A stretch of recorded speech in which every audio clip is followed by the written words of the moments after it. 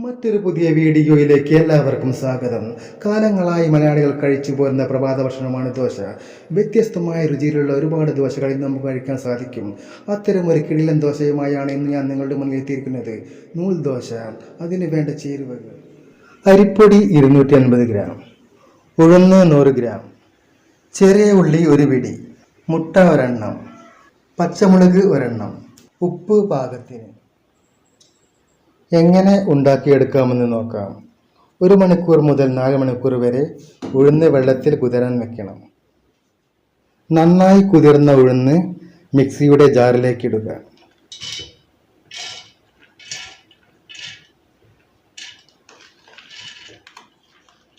അതിലേക്ക് ചെറിയ ഉള്ളിയും പച്ചമുളകും ഇട്ട് കൊടുക്കുക. പാകത്തിന് വെള്ളവും ഒഴിച്ച് നന്നായി അരച്ചെടുക്കണം.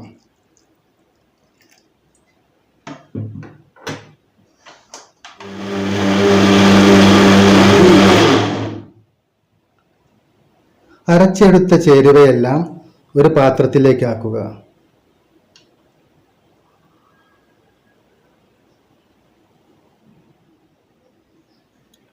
അതിലേക്ക് അരിപ്പൊടി ചേർത്ത് കൊടുക്കുക.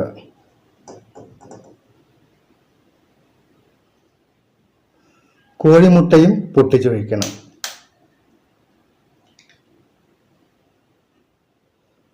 പാകത്തിന് ഉപ്പും ചേർത്ത് ആവശ്യത്തിന് വെള്ളമൊഴിച്ച് അതെല്ലാം ഇളക്കി യോജിപ്പിക്കണം. വെള്ളം കൂടിപ്പോകാതെ നോക്കണം.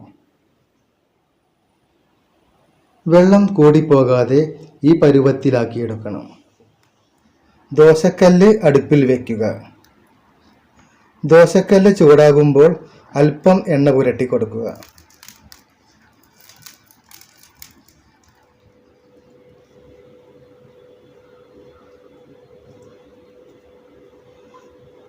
നൂൽ ദോശ ഉണ്ടാക്കാനുള്ള നൂൽപുട്ടിൻ്റെ അച്ചിലേക്ക് മാവിട്ട് കൊടുക്കുക.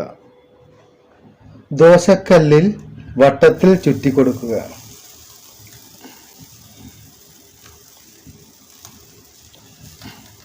നല്ല ശ്രദ്ധയോടെ വൃത്തിയായി വട്ടത്തിൽ ചുറ്റി കൊടുക്കണം.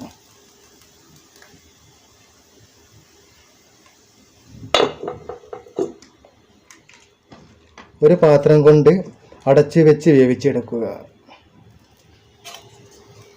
ഒരു ഭാഗം വെന്തു പാകമായാൽ മറുഭാഗവും മറിച്ചിട്ട് കൊടുത്ത് വേവിച്ചെടുക്കണം. 3-4 മിനിറ്റ് കൊണ്ട് ഒരു ദോശ ഉണ്ടാക്കിയെടുക്കാം.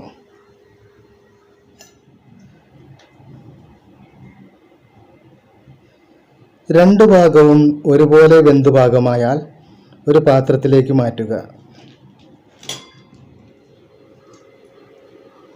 ബാക്കിയുള്ളതും ഇതേ രീതിയിൽ ഉണ്ടാക്കിയെടുക്കണം.